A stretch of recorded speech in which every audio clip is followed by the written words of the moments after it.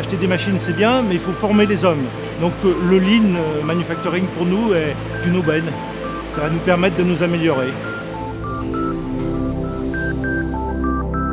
Une sensibilisation forte faite par nos clients, qui nous ont sollicité déjà depuis de nombreuses années à regarder nos modes de management sur le terrain.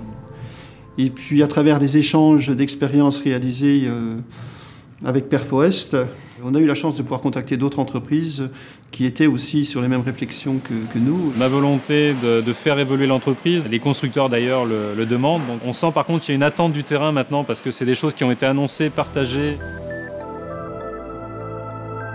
Mais ça s'inscrit vraiment en lien avec la stratégie de l'entreprise qui est d'évoluer vers l'amélioration et d'améliorer la compétitivité de l'entreprise. Produire plus en travaillant mieux et moins.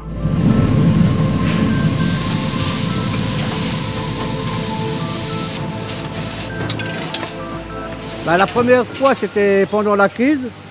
Je pensais que ça ne servirait à rien. On en a pensé au départ que c'était des chantiers assez lourds, mais en même temps avec une amélioration certaine. Alors très franchement, je me suis dit, on est peut-être capable de le faire de nous-mêmes. C'était autre chose, je veux dire. On n'était plus chacun de son côté à vouloir faire améliorer certaines choses. C'est une démarche qui a une puissance une fois qu'elle est en route, là, et quand on voit l'aboutissement, c'est phénoménal. Par contre, une fois qu'on est lancé, on se rend compte que heureusement qu'on a quelqu'un qui nous accompagne, c'est le terme.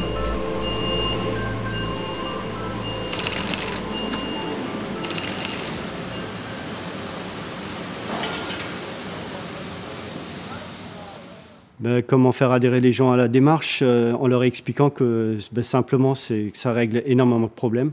Qu'est-ce que ça va leur apporter finalement? Et c'est ça qui est important. À partir du moment où ça leur apporte quelque chose, je ne sais pas, par exemple au niveau du Lean, on a une ergonomie du poste, on a les conditions de travail, donc forcément ils vont adhérer. Donc il faut trouver un petit peu, j'allais dire, de définir les bons défis et ne pas se tromper, c'est-à-dire les bons défis pour l'entreprise mais aussi pour le personnel. Ces outils-là, ils font quand même partie d'un changement de comportement. Il faut que toutes les mentalités évoluent. Quand nous qui sommes impliqués, puisque c'est nous qui travaillons sur ces postes, alors c'est bien qu'on apporte nos propres idées. L'adhésion, c'est pas des paroles, c'est des actes, c'est des faits, il faut que ça soit du visuel. Donc, et là, les gens commencent à adhérer, et quand ils voient le progrès qu'on fait, là, ils adhèrent. Déjà, il y a plus d'écoute. Enfin, l'avis du monteur est plus pris en question maintenant qu'avant.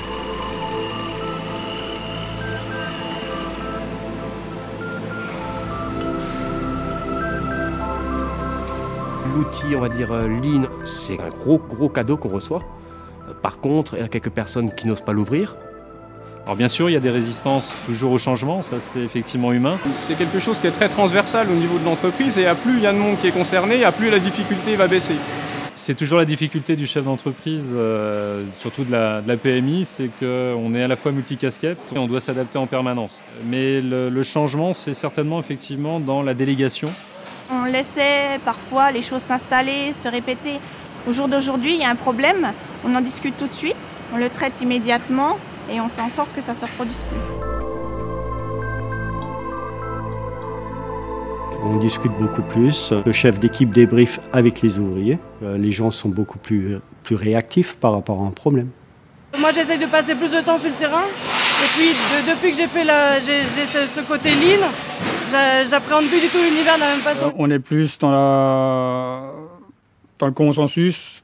Moins dans la hiérarchie, plus dans le travail, plus terrain, plus voir ce qui se passe. Moi j'essaie de ne plus régler aucun problème dans le bureau, je veux chaque fois être sur place.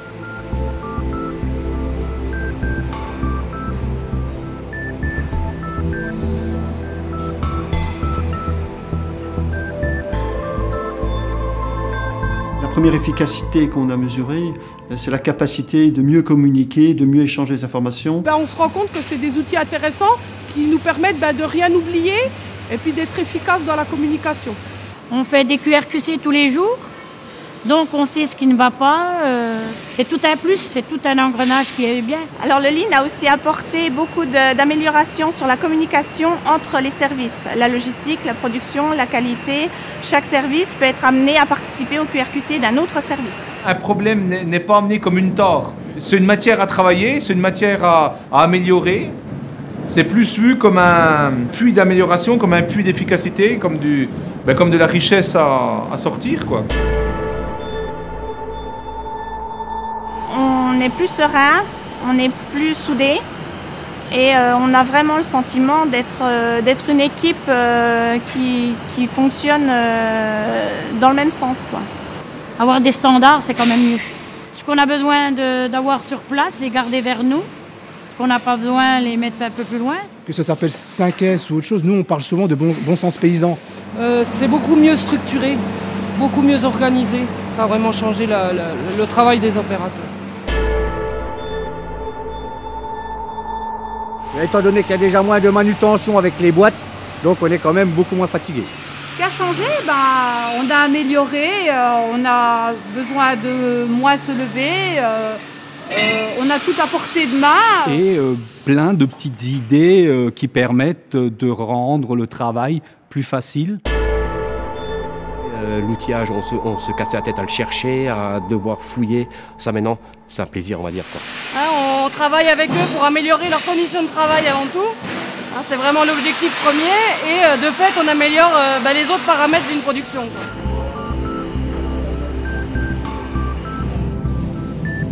Au niveau de l'atelier soudure, améliorer l'efficacité, l'efficacité en termes de TRS, en termes de flux. On peut travailler derrière en réduisant les stocks, en travaillant plus en flux tendu. Donc on est plus dans une logique de juste nécessaire.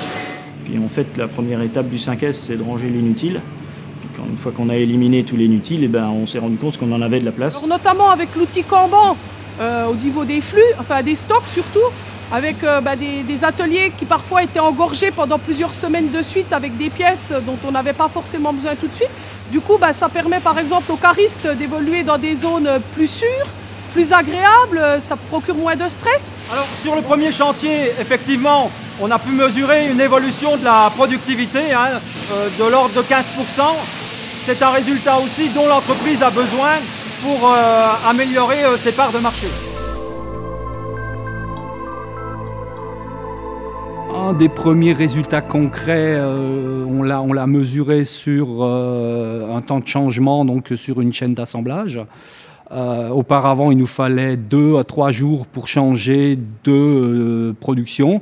On est descendu actuellement à 4 heures, l'objectif étant de descendre à la demi-heure, l'heure. Quand on réduit les temps de changement d'outils, c'est sûr qu'on gagne en heures de presse. Bon, évidemment, ça fait aussi moins de stock mort avec de l'argent qui dort pour rien. Là, on va pouvoir adapter la production et on adapte la production à la demande. Parce qu'on intervient beaucoup plus rapidement, on règle les problèmes plus rapidement, donc on supprime tout ce qui est MUDA, tout ce qui est action de reprise, et qualitativement, le produit augmente également.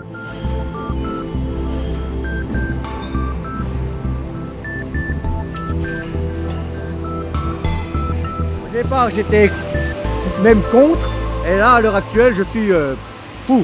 Oui, on a fait le premier pas, sachant que le processus d'amélioration continue n'est jamais terminé. La démarche Lean, en fait, c'est pas sur 1 an ou 2 ans, on sait que ça va être la vie de l'entreprise.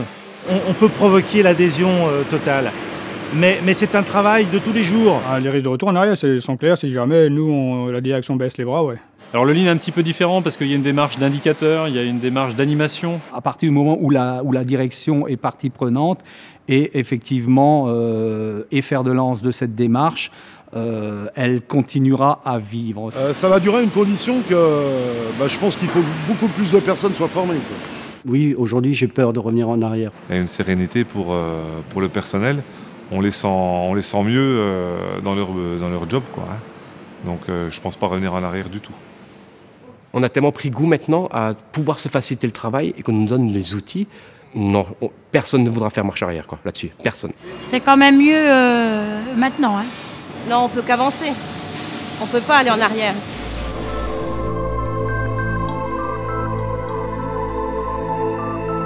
Le grand changement, la communication. J'étais agréablement surpris par l'implication du personnel. C'est beaucoup mieux structuré, beaucoup mieux organisé. On est plus serein, on est plus soudés. On fait beaucoup moins d'efforts dans une journée, beaucoup moins de pas inutiles. Évidemment, ça fait aussi moins de stock mort avec de l'argent qui dort pour rien. Là, on va pouvoir adapter la production et on adapte la production à la demande.